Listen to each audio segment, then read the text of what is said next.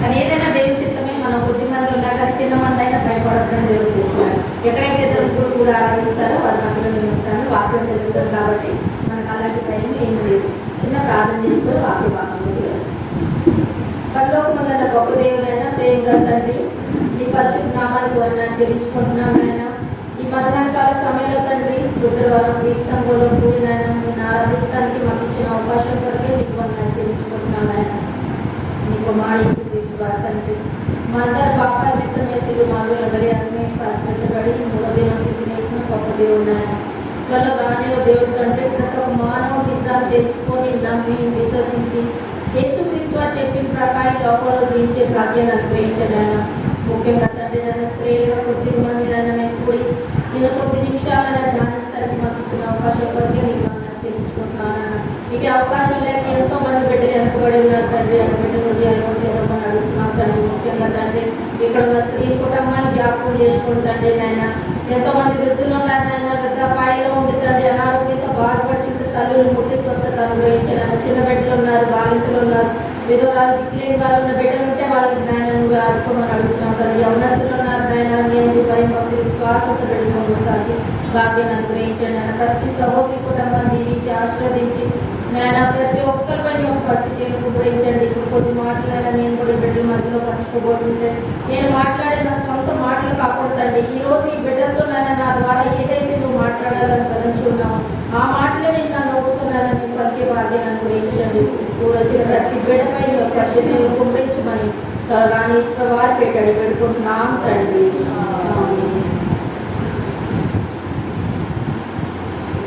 ప్రస్తుత కాలంలో మనం చూస్తున్నామన్నా చూడండి సమాధానం మాటలు వస్తున్నాయి. అయితే మనం క్రీస్తు సంఘం మన స్త్రీలుగా మనం ప్రత్యేకత కలిగి ఉన్నాం. ఎందుకంటే క్రీస్తు సంఘం అనేది ఎవరు మనుషులు పెట్టింది కాదు. క్రీస్తు సంఘం ఎవరు స్థాపించారు? క్రీస్తు ద్వారా స్థాపించారు. పేతురు వారితో మాట్లాడితే ఏమన్నారు? మరియు నువ్వు పేతురు ఈ బండపై నా సంఘాన్ని కట్టాలన్నాడు. యేసుక్రీస్తు వారి మయాన్ని. అయితే ఈ సంఘం మనుషులు సృష్టించింది కాదు. ఆదిలో క్రీస్తు ద్వారా స్థాపించబడిన సంఘం. ఆ సంఘంలో మనం ఎలా ఉండాలో ఏంటంటే స్త్రీలు మన ప్రత్యేకత కలిగి ఉండాలి.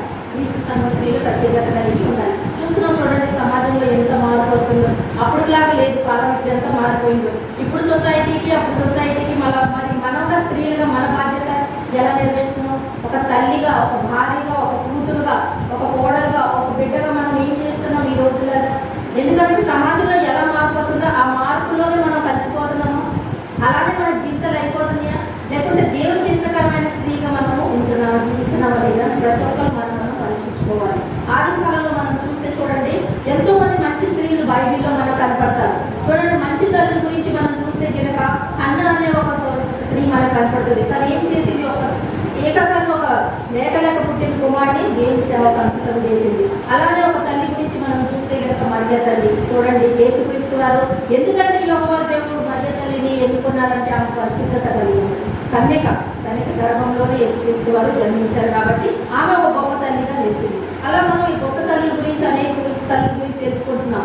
అదేవిధంగా మనం చూస్తే కనుక భార్యల గురించి చూస్తే కనుక సారమ్మ. చూడండి ఎంత విశ్వాసాలకి తల్లిగా ఉండేది. అంటే అబ్రహాం గారి విశ్వాసులకి తండ్రి అయితే సారమ్మ విశ్వాసులకి తల్లి అయింది. ఆమె గురించి మనం మంచి భార్యగా చూస్తాం. అదేవిధంగా మనం కొత్త నిబంధనలో ప్రిసిల్లాని చూస్తున్నాం.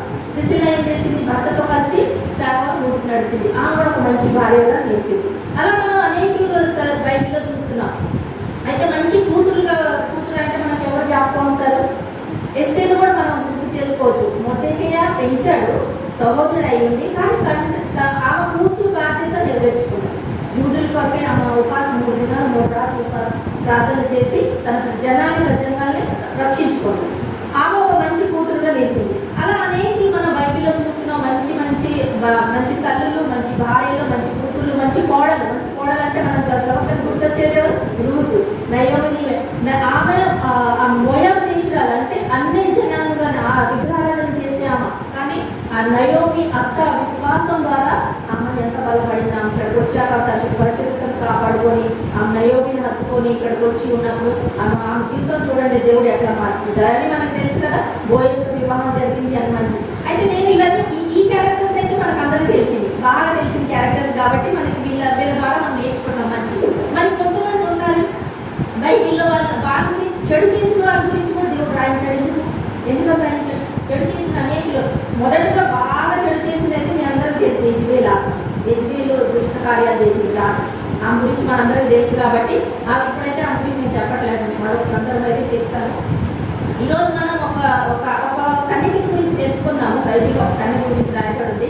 ఆమె కన్యకగా అంటే కన్యక అయిన స్త్రీ ఎలా ఉండాలి, ఎంత పరిశుభ్రతను కాపాడుకోవాలి. దేవుడు మనం కోరుకుని స్త్రీని పరిశుభ్రత, విశ్వాసం. కానీ కన్యక అయిన స్త్రీ ఈ రోజుల్లో పరిశుభ్రత కాపాడుకోకుండా చూస్తున్నాం. చూడండి, సమాజం ఎంత కష్టపడిపోయింది. ఈ లోకంలో మన బిడ్డలు కూడా కలిసిపోవాలి. మన బిడ్డల లోకంలో కలిసిపోయినప్పుడు మన బాధ్యత మనం ఏం నిర్వహిస్తున్నాం. కుటుంబంగా మొదటిగా మార్పు ఎక్కడ రావాలి? కుటుంబంలో రావాలి. కుటుంబంలో తల్లి ద్వారా మార్పు రావాలి, తర్వాత సంఘంలో రావాలి, తర్వాత సమాజంలో రావాలి. ఈ బాధ్యత ఎవరికి ఇచ్చాడు? స్త్రీకి ఇచ్చాడు. మనం అది చూపిస్తున్నాము. మనం ఏదో ఆరాధన వస్తున్నాము, ఆరాధనలో కూర్చుంటున్నాము, 1 గంట 2 గంటలు ఆరాధన చేసి వెళ్ళిపోతాం. మన లోకంలో కలిసిపోతాం. మన బిడ్డల్లో అలానే లోకంలో కలిసిపోయి లోకానుసారంగా ఈ రోజుల్లో కార్యాలు చేస్తున్నారు. మనం వాళ్ళని దృష్టి పెడుతున్నామో, వాళ్ళు చూస్తున్నామో, వాళ్ళు ఏం చేస్తున్నారు అని గమనిస్తున్నారు. ఎందుకంటే ఎక్కడ లోపం అవుతుందంటే కుటుంబ ఆరాధన లోపం అయిపోతుంది, తగ్గిపోతుంది. వ్యక్తిగత ప్రార్థన తగ్గిపోతుంది. సంఘంలో బిడ్డలకి గొర్రె చెవులు వాళ్ళు ఎక్కువైపోయారు. పౌలు గారు చెప్తారు కదా, తిమోతికి ఏమంటున్నారు? అంత్య దినంలో గొర్రె చెవులు అంటే వాళ్ళకి ఇష్టమైన బోధలు పడతాయి. వాళ్ళకి ఇష్టమైన బోధలు ఏంటి? నువ్వు దీవించబడతావు, ఆశీర్వదించబడతావు, నీ కుటుంబం దీవించబడుతుంది అని ఇది చెప్తున్నారు. అంతవరకే. కానీ ఇక్కడ నిలబడి ప్రసంగాలు అన్నీ ఎక్కువైపోయింది సమాజం. కానీ బిడ్డల్ని మనము ఎలా విశ్వాసంలో వాళ్ళ పరిశుభ్రతను ఎలా కాపాడాలని మనం ఆలోచన చేయాలి. ఒక స్త్రీ గురించి మనకి ఆదికాండంలో మనం చదువుతాం కదమ్మా. మీకు తెలుసా ఈ స్త్రీ ఎవరు? ఆదికాండం 34 1 నుండి 10 ఒకసారి ఉన్నాము. 1 నుండి 10 వరకు చదవండి, తర్వాత చెప్తాను. ఆదికాండం 34వ అధ్యాయము.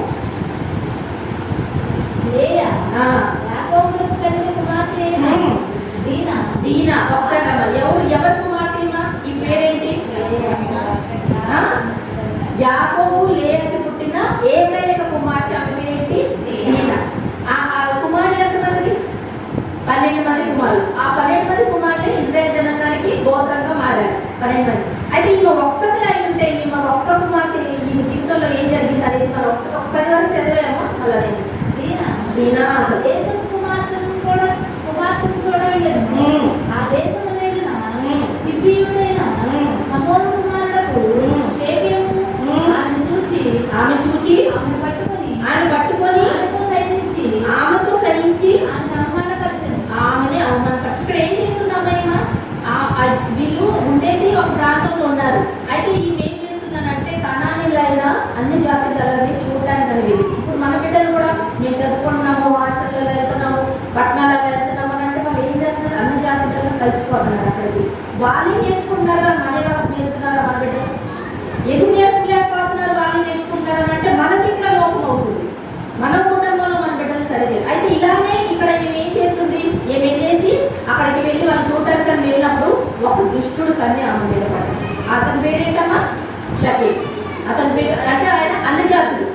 ఆయన కన్య పడినప్పుడు ఆయన ఏం చేశాడు? ఆమెని భ్రష్టత్వం పడింది. అంటే ఆమె దుష్కరం చేసి వాడు చేశాడు, అవమానపరచాడు. అంటే ఇక్కడ యాక్చువల్గా ఆమె దుష్కరమైన జరుగుతుంది. కానీ వాక్యం అంటే ఆమెని అంటూ అక్రమ కార్యం చేశాడు. అయితే ఇక్కడ స్త్రీ అన్న ఈ అమ్మాయి ఈ కన్యక పరిశుద్ధతను పోగొట్టుకుంది కదా.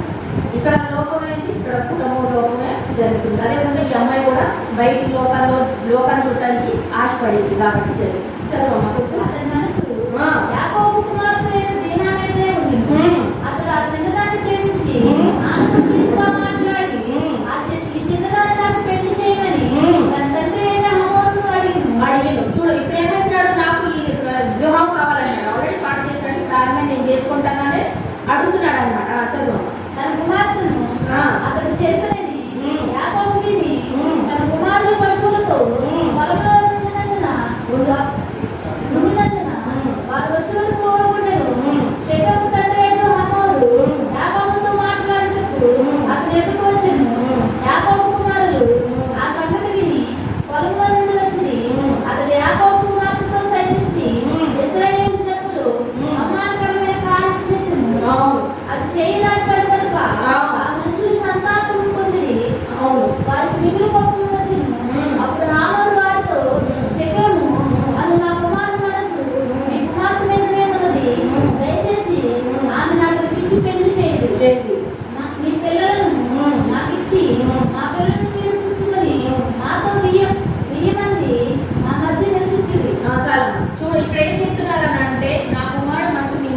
కాబట్టి మనం అంటే ఒకరికొకరు ఇచ్చిపుచ్చుకున్నాం కానీ ఇది ఎట్లా దేవుడికి అయిష్టకరమ కార్యంగా అన్ని జాతులలో వివాహం చేసుకోమని చెప్పాడు దేవుడు చేయలే. కానీ ఈవెన్ అంటే నేను అన్ని జాతులు ఆమె వేరు అంటే ఇతనే అన్ని జాతులని చెప్తున్నాడు అనమాట.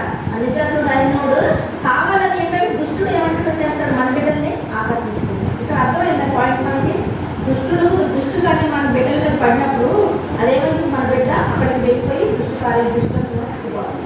అందుకనే ఇక్కడ మన పొరపాటు ఏంటని మనం ఇక్కడ ఏం నేర్చుకుంటాం అంటే దుష్టుడు కన్నుతో కాపాడుకోవాలి మన బిడ్డనంటే మన ప్రార్థన విశ్వాసం కలిగింది చాలా అవసరం. వాళ్ళ ప్రార్థన విశ్వాసంలో మనం ముందుకెళ్ళాలి. ఒకసారి ఇక్కడ చదువమ్మా ఒక 13 ఇక్కడైతే మనం ఏంటి తెలుసుకుంటాం అంటే ఇది మోహ చూపు వ్యభిచారం ఇక్కడ జరిగింది. అదేవిధంగా మోసం 13, 16 చూడాలన్నా ఎలా మోసం చేశారో వాళ్ళ అన్నదమ్ములు. 13 చదువు. అయితే తమ సహోదరి అయిన దీనాను అతడు చెరిపినందున యాకోబు కుమారులు షెకెముతోనూ అతని తండ్రి అయిన హమోరుతోనూ కపటముగా ఉదరించి అన్నదేమనగా, మేము ఈ కార్యం చేయలేము, సున్నతి చేయించుకున్న వారికి మా సహోదరిని ఇవ్వలేము, అది మాకు అవమానమగును. చూడాలమ్మా ఇప్పుడు వీళ్ళు ఏమంటున్నారు, ఈ సహోదరులు ఏమంటున్నారు అంటే నీకు సున్నతి లేదు. వీళ్ళు ఇజ్రాయేలీకి సున్నతి అంటే ఏంటంటే మీకు తెలుసు కదా, కొంచెం తీసేస్తారు పురుషులకి. అది దేవునికి ఇజ్రాయేలీకి ఒక సత్య సంబంధం కలిగి ఉండదు కాబట్టి అలా అప్పుడు దేవుడు పెట్టాడు. అయితే వీళ్ళకి లేదుగా, వీళ్ళు అన్ని జాతుల్లో. అయితే వీళ్ళ అన్నదమ్ములు ఏమంటున్నారు, మీ వాళ్ళు సున్నతి లేదు కాబట్టి నేను మా సహోదరిని మీకు ఇవ్వమని వీళ్ళు చెప్తున్నారు. అయితే ఇక్కడ అంటే వాళ్ళు ఏంటంటే ఒక మోసపూరితమైన ఆలోచన అనమాట మన పెట్టి సహోదరులు కూడా. ఎందుకంటే వాళ్ళకి ఇవ్వాలని ఇష్టం లేదు కానీ వాళ్ళు ఏదో ఒక సాగు వాళ్ళకి చెప్తున్నారు అనమాట, మీకు సున్నతి లేదు కాబట్టి మేము మా బిడ్డని ఇవ్వమని. ఒకసారి చదవమ్మా. ఇప్పుడు వాళ్ళు దీని గురించి వాళ్ళకి ఎంత కోపం క్రోధం పెంచుకొని అన్నదమ్ములు దేనికోసం వెళ్ళారనంటే అవతల వాళ్ళని హత్య చేయడానికి కూడా సిద్ధపడ్డారు. ఒకసారి చూడండి 24, 27 చదవమ్మా. హమోరును అతని కుమారుడు షెకెము చెప్పిన మాట అతని ఊరి గాలిని విని ద్వారా వెలువారందరూ వినిరి. అప్పుడు అతని ఊరి గవిని ద్వారా వెలువారిలో ప్రతి పురుషుడు సున్నతి పొందెను. మూడవ దినమున వారు బాధపడుచుండగా యాకోబు కుమారులలో అనగా దీనా సహోదరులైన షిమ్యోనును లేవీయును తమ కత్తులు చేత పట్టుకొని ఎవరికి తెలియకుండా ఆ ఊరు మీద పడి ప్రతి పురుషుడు చంపి. చూడండి అమ్మ ఇప్పుడు ఎక్కడ దారి తీసింది. ఒక్క బిడ్డ ఒక చిన్నది ఇంట్లో గృహంలో మంచిగా బుద్ధిగా పెరగకుండా ఉండకుండా బయట దేశానికి తిరగటానికి వెళ్ళి బయట వాళ్ళు అక్కడ నుండి దారి తీసింది. చూడండి ఎక్కడికి వచ్చింది, హత్య దారి వచ్చింది. ఆ హత్య ఎవరు చేశారు, ఈయన సహోదరులే చేశారు, అంటే అన్నదమ్ములు చేశారు. అన్నదమ్ములు పగిలిపోతుంది, మా సహోదరుని మా చెల్లెల్ని పాడు చేశాడు, వాడు ఎక్కడ పాడు చేస్తాడు, నేనేమి చంపుతానని చూడండి. పాపం ఎలా పెరిగిపోతుందో చూడండి, ఎక్కడి నుండి ఎక్కడ దాకా వస్తుందని. అంటే మనం ఈ దీంట్లో మనం ఏం తెలుసుకుంటున్నామని అంటే ఒక్క చిన్న తప్పు స్త్రీ ద్వారా జరిగితే కనుక కుటుంబాలు నాశనం అయిపోతాయి, సమాజం నష్టపడిపోతుంది. ఇవంతా మనకు దేవుడు ఎందుకు రాయించబడింది ఇవన్నీ అంటే గుణపాఠం అన్నమాట. మనం నేర్చుకోవాలి, ఇలా మన బిడ్డలు ఉండకూడదు. ఈ రోజులలో మనం చూస్తున్నాం చూడండి, నా చెల్లిని వాడు ఒక మంచిగా ఉంటాడు, చదువుకునే కుర్రాడు, కానీ నా చెల్లిని వాడు ఇటు చేశాడు అటు చేశాడు అని పోయి వాడు రోడ్డు మీద వెళ్తుంటే వాడు గొద్దటో ఏదో వాడు చేసి చేయాలి. ఈ చెల్లి చేసిన దానికి అన్నదమ్ములు శిక్ష అనుభవించాల్సి వస్తుంది. అక్కడ కారణం ఎవరు, ఒక స్త్రీ అవుతుంది. ఇవన్నీ సమాజంలో దేవుడు ఆ కాలంలోనే మనకి హెచ్చరిక రూపంలో రాయించబడింది. ఈ జరుగుతాయి అంత్య దినాలలో జాగ్రత్త పడండి అని చెప్తున్నారు. అందుకే మన సంఘాలను మన బిడ్డలను కాపాడుకోవాలి, జాగ్రత్త పడమని చెప్తారు. అయితే మనం ఇక్కడ చూస్తున్నాం చూడండి, ఈ గుణపాఠంలో మనకి ఏం తెలిసిందని అంటే తర్వాత వీళ్ళు 28, 29 2 వచనం చదవమా. అదే కాకుండా దొంగతనం కూడా చేశారు. నరహత్య కాకుండా దొంగతనం చూడము. 28 వాళ్ళ గొర్రెలను, పశువులను, గాడిదలను అన్ని తీసుకొని అక్కడ వాళ్ళ స్త్రీలు కూడా చేర్పేశారు. వీళ్ళ అన్నదమ్ములే మళ్ళా అంటే ఏమంటారు, పగకి ప్రతికారం. అంటే వాళ్ళు పగతో రగిలిపోయి అక్కడికి వెళ్ళి వాళ్ళ అన్ని వస్తువులన్నీ ఎత్తుకొచ్చారు. గొర్రెలు ఏమేమి తీసుకొచ్చారమ్మా, వాళ్ళకి కావాల్సిన సంపదన్నీ తీసుకొని వచ్చేసారు. అంటే అది కూడా దొంగతనమేనా? అంటే ఒక్క చేసిన ఒక పాపం వెంట ఎన్ని పాపాలు వచ్చినాయి చూడండి. అది దానికి కారణం ఏమిటో స్త్రీ. కానీ మన స్త్రీగా జాగ్రత్త. ఇక్కడ మన పొరపాటు ఏంటని అంటే తల్లిదండ్రులుగా ఎవరు ఫెయిల్ అయిపోయారు, యాకోబు లేకపోయారు, తల్లిదండ్రులుగా ఫెయిల్ అయ్యారు. అన్నదమ్ములు కూడా ఫెయిల్ అయిపోయారు. షిమోను లేవి ముందు మొదటిగా మిగతా వాళ్ళు చాలా మంది ఉన్నారు, మీకు తెలుసు 12 వాళ్ళు కూడా ఇక్కడ ఫెయిల్ అయ్యారు. ఈ అమ్మాయి అయితే మొత్తంగానే మన జీవితంలో మొత్తం పరిశుద్ధతను కూడా పోగొట్టుకోవచ్చు. అయితే తర్వాత మనం ఇక్కడ ముందుకు చూస్తుంటే మనకి ఈ ఇవన్నీ ఎలా సర్వ్ చేసుకోవాలి మరి మనం అంటే వ్యక్తిగత ప్రార్థన, కుటుంబ ప్రార్థన చాలా ముఖ్యం. వ్యక్తిగత ప్రార్థన అంటే ప్రతి స్త్రీ కూడా వ్యక్తిగతంగా దేవునితో సహవాసం కలిగి ఉంటారు. చిన్న బిడ్డలు ఎప్పుడు మనం యవన ప్రాయాలు వచ్చే బిడ్డలు ఇప్పుడు స్కూల్కి కాలేజీకి వెళ్ళే బిడ్డలు ఎవరితో సహవాసం చేస్తున్నారు, ఎవరితో ఫోన్లో ఇప్పుడు వచ్చినా మీ ఫోనే పెద్ద సాధన. ఆ మొబైల్ ఫోన్ వచ్చింది చూడండి, అప్పుడు కాలంలో లేవు కదా.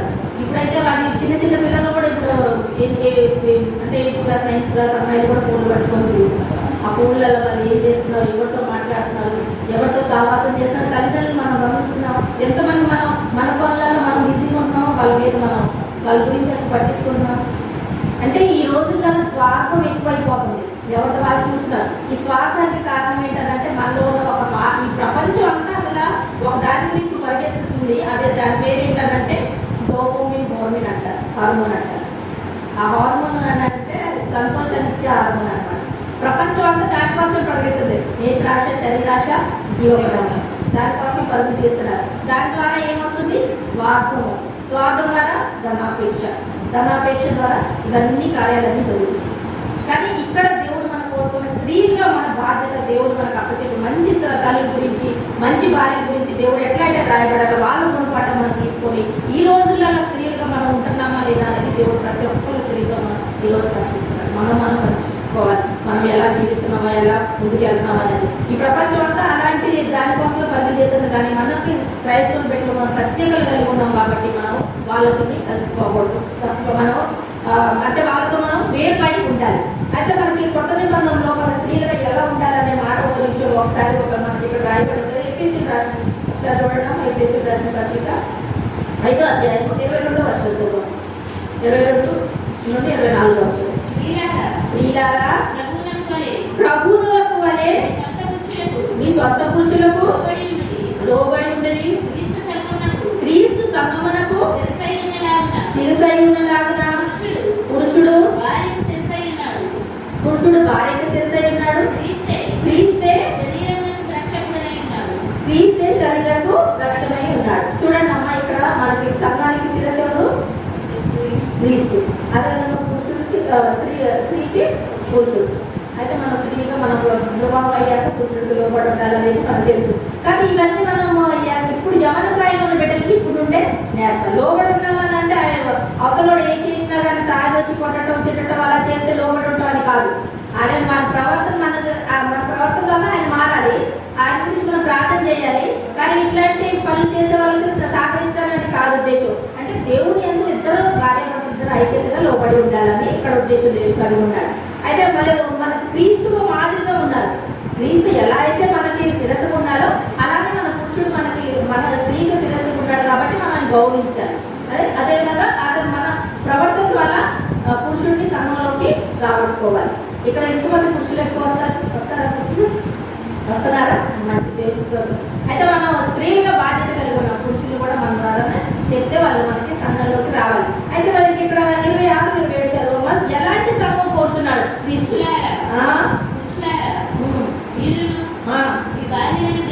ప్రేమించుడు.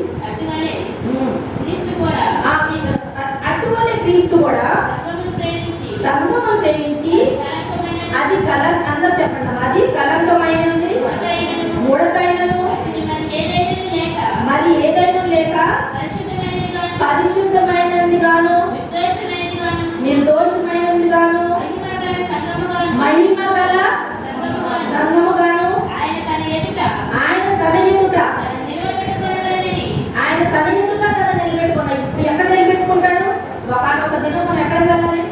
సంఘం ఎత్తబడినప్పుడు ఆయన ముందు మనం ఒక తీర్పు నిలబడినప్పుడు ప్రతి ఒక్కరు ప్రశ్నిస్తాడు. నువ్వు బుధవారం క్రీస్తులో ఇన్ని ఆదివారాలు వచ్చావు, నీ కుటుంబాన్ని చక్కబెట్టుకున్నావా, నీ బిడ్డలు చక్కబెట్టుకున్నావా, నువ్వు సంఘాన్ని చక్కబెట్టుకున్నావా అని ప్రశ్నిస్తాడు. అప్పుడు మనం ఏం జవాబు చెప్పుకోవాలి?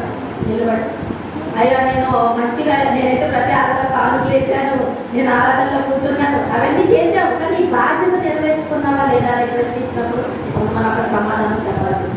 అంటే సంఘం ఎత్తబడినప్పుడు ప్రతి ఒక్కరికి అక్కడ తీర్పు సపరేట్గా ఉంటుంది. అంటే అలాగే అనుకుంటారు సంఘం వెళ్ళిపోయినాక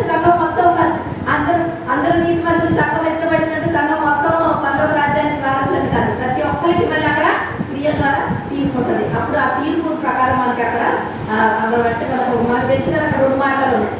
ఒకటేంటి పరలోకము, ఇంకోటి నరకం. అక్కడ అన్ని ఆత్మతో కూర్చోవాలి అని మనకి అక్కడ అది తప్పించుకొని మనం ఇక్కడికి వెళ్ళడానికి ప్రయత్నం చేయాలి. కాబట్టి సంఘంలో మన ఐక్యమైన ఏంటంటే చదివించి అని ఇది ఎంత పరిశుద్ధ పవిత్రంగా ఉండాలి సంఘం అనేది.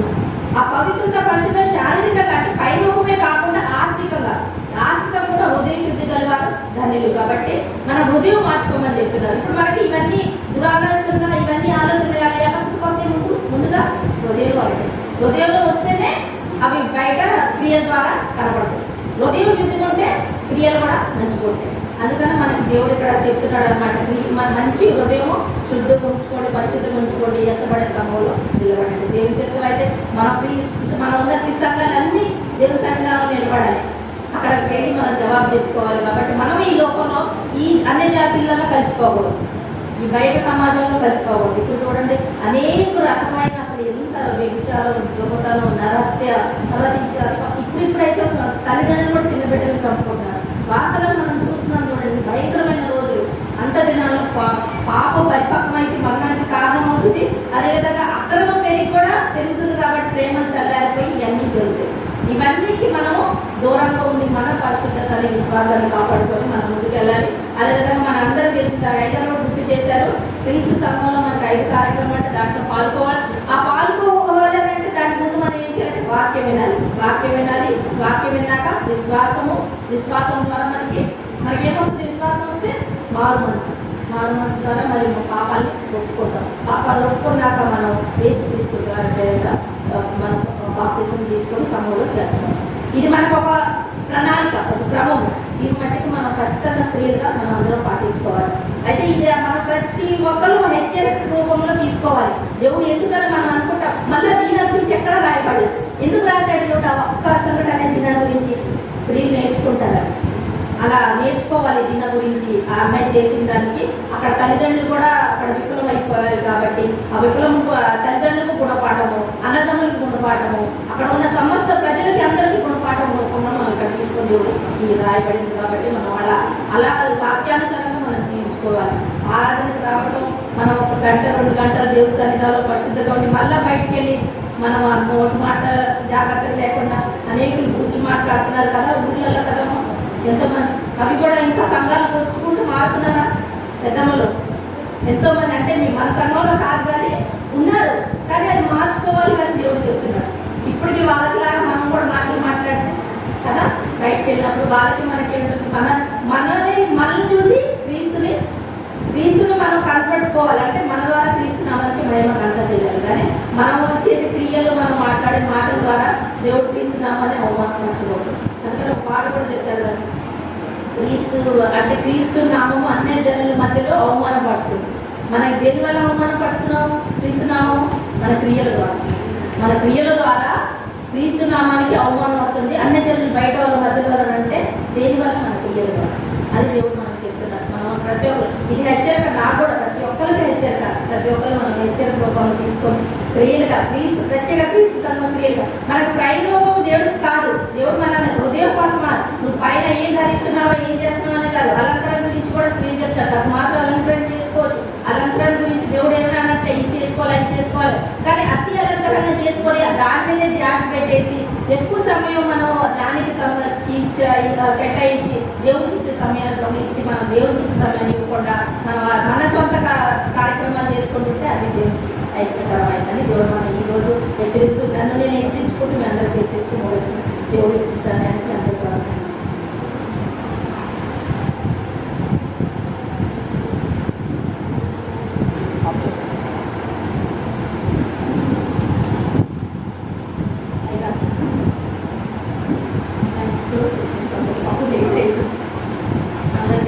స్త్రీలు మనం ఒకసారి ప్రత్యేకంగా పెట్టుకున్నాం. అనౌన్స్ చేసి